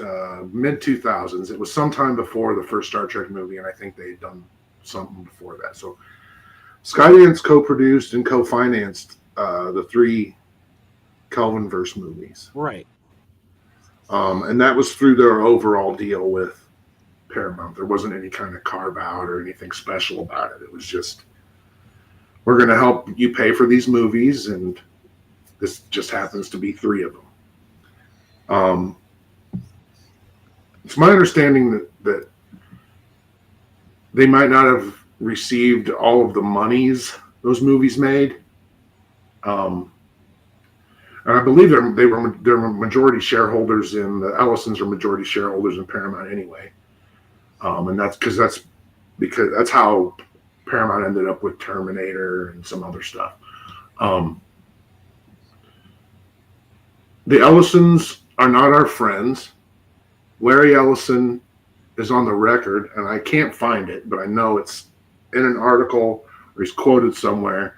Dude hates Star Trek. I understand that his son David, who it sounds like is just going to kind of be there, and Larry's going to be running the studio, which is insane. Anyway, that's kind of what we had in 2005 with Les Moonves. Les Moonves hated Star Trek. Yeah, Les Moonves was a television executive, though, and neither one of these guys are television executives or movie executives. But he had say over what was going on at UPN, and that's part of our enterprise. Was that? What'd you say, Joe? Your audio dropped out there. Oh, I say yeah, but Les Moonves at that time had say over what was going on at UPN. He hated Star Trek, and that's part of why Enterprise got the axe in 2005. I won't comment on Enterprise. Was there a reason why he hated it, or? I heard he just wasn't a sci-fi fan. Same thing with Fox. Fox in 1990, Alien Nation, the Alien Nation TV series, was performing fairly well for Fox, and I don't remember his name, but the head of Fox at the time just hated sci-fi, and he pulled the plug on that show. And it was popular enough that when that guy was out the door, the next guy saw the demand and brought it back as TV movies. Was it Barry Diller? Maybe. I can't remember. Was it the network head who pulled it or the studio head? It was the head of the Fox network. Okay. Yeah, I don't know who that would have been. But yeah, I mean, it went into syndication on that second run, right? It didn't stay on Fox. Well, no, the TV movie, because they brought it back as TV movies. There were 5 TV movies, and they aired on Fox. They aired on Fox. It was like Fox Night at the Movies. Okay. Yeah, I thought for some reason maybe I'm thinking that the show actually went into syndication. Degrassi, you got muffled. Your voice just got muffled. Are we good now? Oh yeah, that's better. No, I was just saying maybe I'm thinking that it was those actual shows and movies that went into syndication after it was canceled. I know Disney's doing something with that now. Whether it's going to be a TV show or a movie or whatever, they're not leaving it alone. Did they ever show the aftermath of World War III in Star Trek? Not really. References. There were a couple of like matte paintings and stuff, right? Yeah. Maybe, yeah, but no. That could I be know the Con. I'm probably going to have to listen to that Con podcast.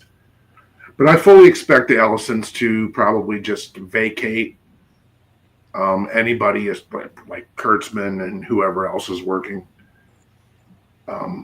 because his contract's up in 2027 anyway, I believe. So It seems though like the easiest thing to do. Like the easiest thing to do would be to renew a Kurtzman, because it's like my friend said, the only things keeping Paramount Plus afloat are Tyler Sheridan and Star Trek. If you lose one of those, Paramount Plus. No, just imagine if they put those two together, because Tyler Sheridan has pitched a Star Trek show before. Is he really? Did Roddenberry have any notes for future ideas? Yeah, Oh my they still God. use them today. Roddenberry, they made like 12 TV shows out of notes Roddenberry left.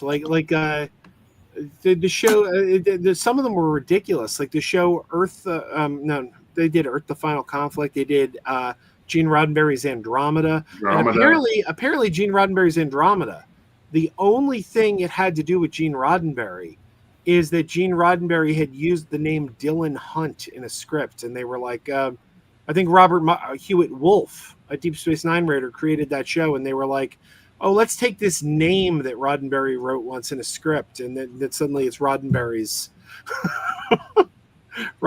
Andromeda. What was that comic he had that came out years after he died? They stuck his name on something. Majel Barrett was just, signing. Oh, yeah. Anything. Gene Roddenberry's Lost Universe. That was it. Yeah, it was his widow. She did Majel Barrett, the original Nurse Chapel. She was just signing off on anything for a payday after he died.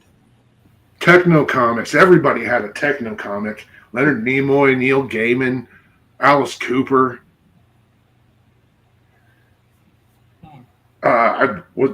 Isn't that who did the Tech War comics? Shatner's Tech War comics. Tech War. Well, the original Tech War comics were through Marvel, but it may have changed hands at some point. Marvel put out William Shatner's Tech World. I know there was a Tech World comic. Yeah. So the Ellisons, if they can make more money selling the IP than. But the easiest thing is to keep Kurtzman around, or the second easiest thing is to just ditch the IP, which I technically don't. I can't see them doing that, but you just never know.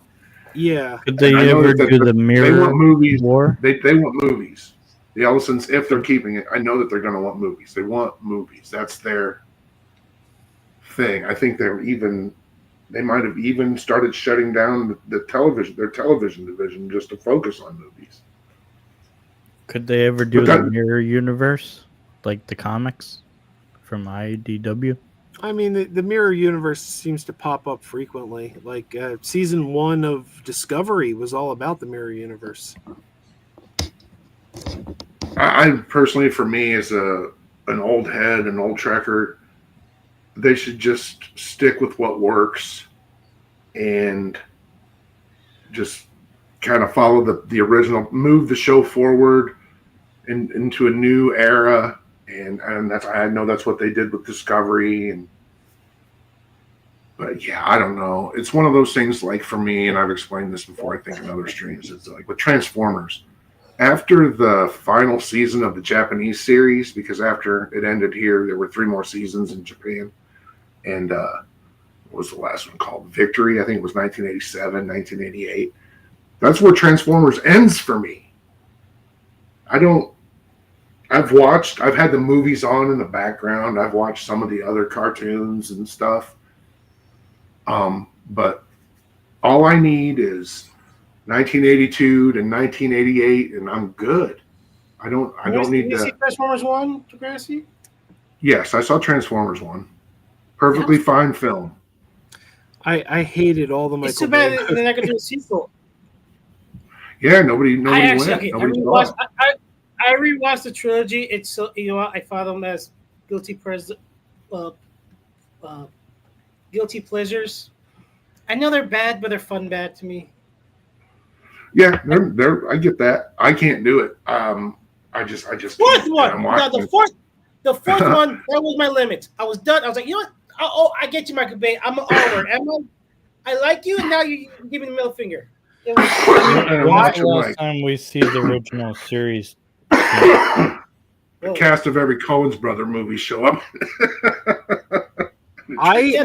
I hated the first Michael Bay movie. Like I just hated it, and I thought, all right, I'll give it another shot. And then I watched the second one, and that one I thought was even worse. So I never actually saw the third, fourth, or fifth. I was like, I'm like, I gave him 2. I tapped out. third to me was the But best. I came back with Bumblebee.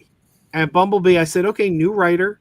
This is why I always talk about when people said, I didn't like The Last Jedi, so I'm going to boycott Solo. I'm like, that doesn't make any sense. You're boycotting a movie by a different screenwriter and a different director because you didn't like a movie by a completely different set of writers and a completely different director. How does A have to do with B? They're both in the Star Wars universe, yeah, but so are the original trilogy. You like them?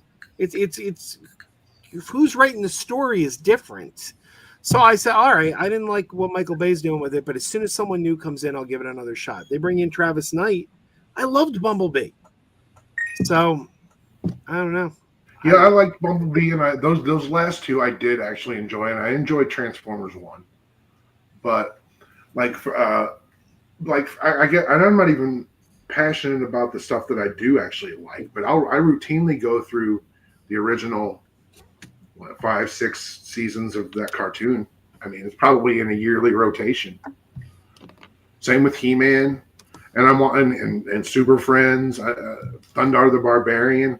I'm going to go through I run through all my classic favorites like on a yearly rotation. I just like to be reminded. Sometimes I need the warm fuzzies and stuff like that does it, you know. I'm going to wrap this stream up in about 15 minutes. Keep it under 2 hours. It's slave to the algo. Yeah, well, you know, it's so much easier to hit that button that they provide you with to come up with shorts. Oh no, I get it. I'm I get it. I definitely get it. I don't know. I'm thinking about changing. I forget how the J.J. Abrams movie went. How did that Spock end up in the Kelvin timeline? He followed the Romulans back in time. The Romulans went back in time to change history, and Spock followed them back. Did they show that in the movie, or no. is that a story that they can tell? There's a flashback, and I'm pretty sure there was an IDW comic too. Yeah. Was he? Did they put him to? Or was he? Forgot. Oh, did he follow them?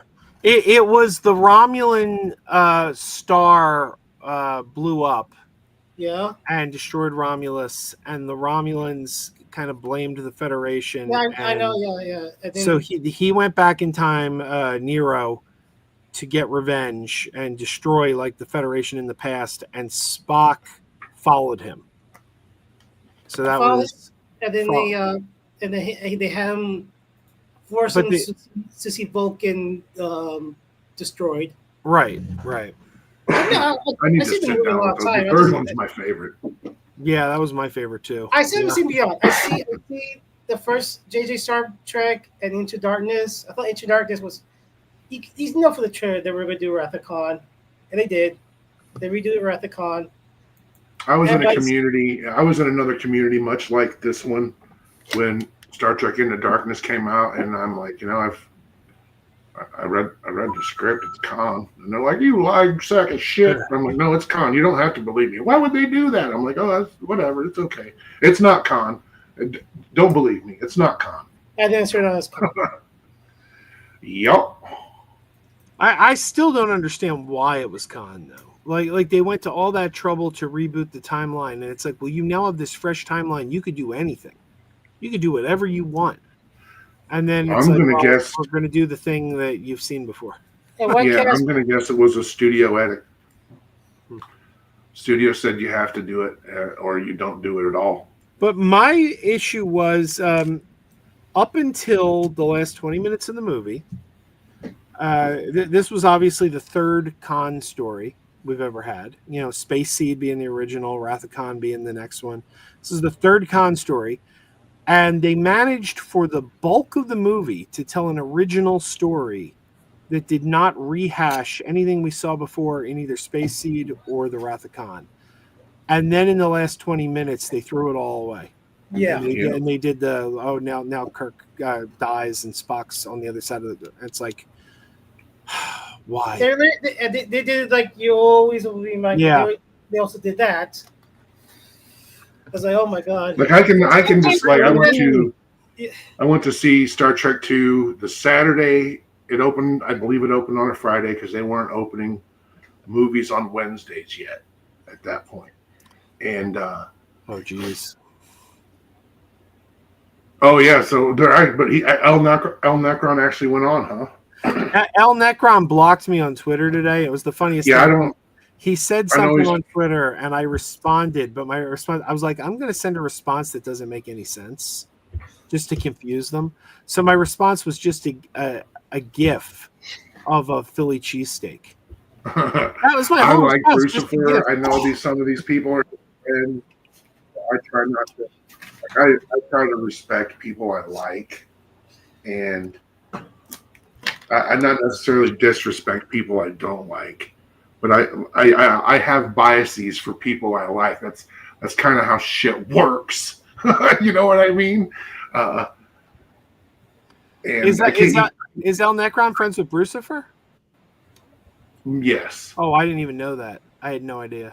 I probably shouldn't have said anything. I was just. I know Crucifer's been getting a lot of shit today, and I don't necessarily know why.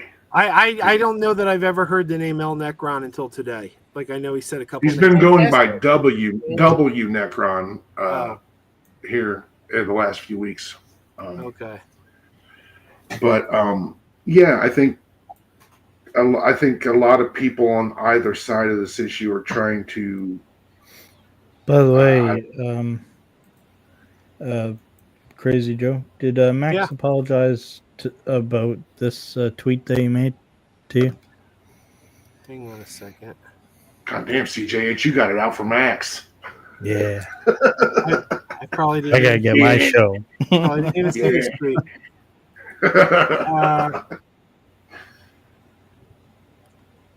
I did respond. My response was that doesn't even make sense. Well, yeah, I mean, like that's a but him comparing you to MAGA, like that's weird. Oh yeah, that was weird. I just think that like I own all of Zack Snyder. The only Zack Snyder movie I don't own on physical media, apart from the Rebel Moon films, because they're not, and if they were, I don't think I would buy them anyway. In his Netflix output or whatever, is the Owl cartoon. I don't own the Owl cartoon, but all of his other stuff, the Abby Cornish in her panties movie, everybody should own that movie. What's it called? Sucker Punch. I like Sucker Punch. Yeah, I always tell people think I hate Zack Snyder. I always say I was a huge Zack Snyder fan until Man of Steel. Man of Steel was the first movie he ever made that I said I hate this. Everything before that, I was in. I loved Man of Steel. Now I just like Man of Steel because to be like 300 something, I can go back to time and time again. You know the thing about Man of Steel, it's that first 20 minutes, like all the Krypton shit, that is but I got the DVD. Kick ass. The thing I now appreciate about Man of Steel is because why I love Superman. Because think about this. We got Superman Returns, which this is them redoing Richard Donner. We got Man of Steel, which is them kind of redoing Superman to like the new audience for like, let's do Superman, but not like the Boy Scout you think it is. And then James Gunn think like, no, this is who Superman is. And it's finally the Superman that people love for the first time. So I now appreciate Superman Returns and Man of Steel because now we got pretty much the Superman movie we should have got a long time ago. You know? It's like they try to do something the same, something directionally different, and now we got like the definitive Superman movie. Because that's why. Yeah, it's pretty definitive. Everybody keeps throwing the Silver Age moniker on it. It's not a Silver Age movie. It's a Bronze Age movie. Clearly. I think it's got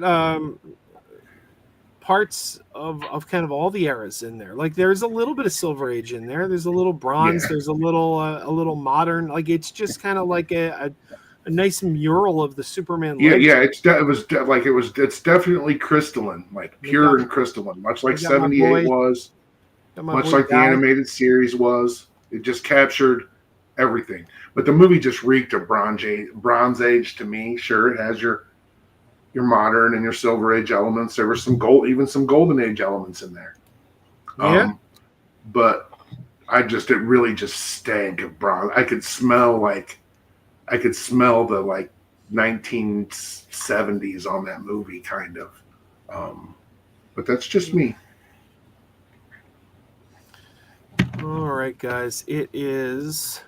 So if you had to choose between two movies, and those two movies were Superman and Fantastic Four, and you had to go see one again, which one would you go see again?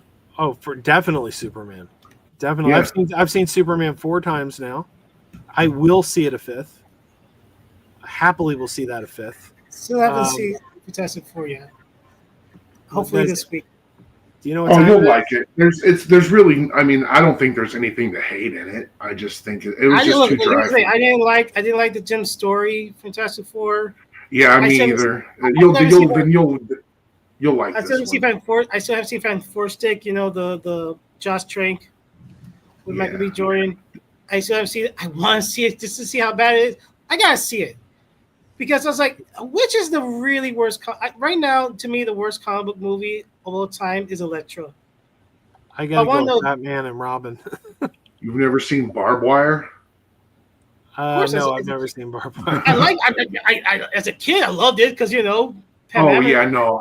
It's Barbed Wire for me is a movie that's so bad it's good, and for me, for my money, even today, right now, like you guys have to go see The Naked Gun, and Pamela Anderson is a revelation in this movie.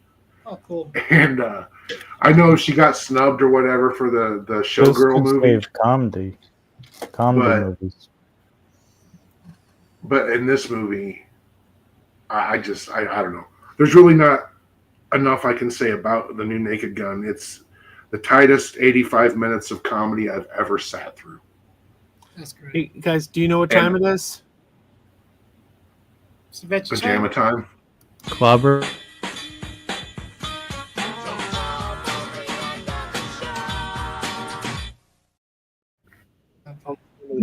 Civil and Ollie anniversary?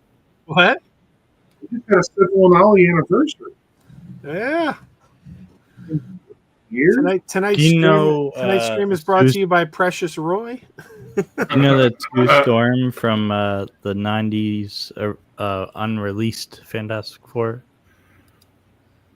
Might have. Oh yeah, I just realized. Senior nerd. Sorry. No, I know. The actors from the bootleg Fantastic Four made a cameo in the new. I know they were in there, but I didn't spot them. I think they were in the one like thank you Fantastic Four. They were one of the people. So does that mean they finally get paid? I strongly believed that last year when Roger Corman passed away, that Disney Plus should have made that movie available on Disney Plus as a tribute to Roger Corman. They pretty much do they own it or that's like a weird thing? Because there might be some question as to who actually has, because there are instances where Disney owns the IP, and Disney can say who can and can't show that movie if somebody has a print of it. I mean, it's on YouTube. You can watch the whole thing on YouTube. Disney technically. How far back? Oh, sorry. I was going to say Disney still owns the Batman movie, the Adam West Batman movie from '66. That's owned by Disney because of the Fox, because it was made under Fox. Technically, they They Superman own the alone- physical. They own the physical print of the film, Joe, but they can't release it without implicit agreements with Warner Brothers. Technically Disney own the Dean King, Lois and Clark show because it was on ABC? No, because it was produced by Warner Brothers Television. Yeah, ABC. What about the old Captain America movies? I don't know who owns them. I think Lionsgate put them out on DVD back in the day. Yeah. No, didn't Shout put the 89 or the 90 Captain America movie out? Shout or Kino or somebody? I own it, and I don't know. Now that the Hulk rights have kind of reverted back, could Disney Plus have the Incredible Hulk TV show on there, or no? I don't think so. I think There's I think that's still. I think Hulk's kind of a non-starter unless it's a big thing. And like even World War Hulk is just. I think that ship has sailed. I really do. Well, if the rumors for Spider-Man are true, they might bring back Hulk interest. Here's the thing about a Marvel movie: anything that you hear, read, the speculation, rumors. Nobody knows anything because they don't know. I mean, Punisher was rumored and then confirmed. In the movie.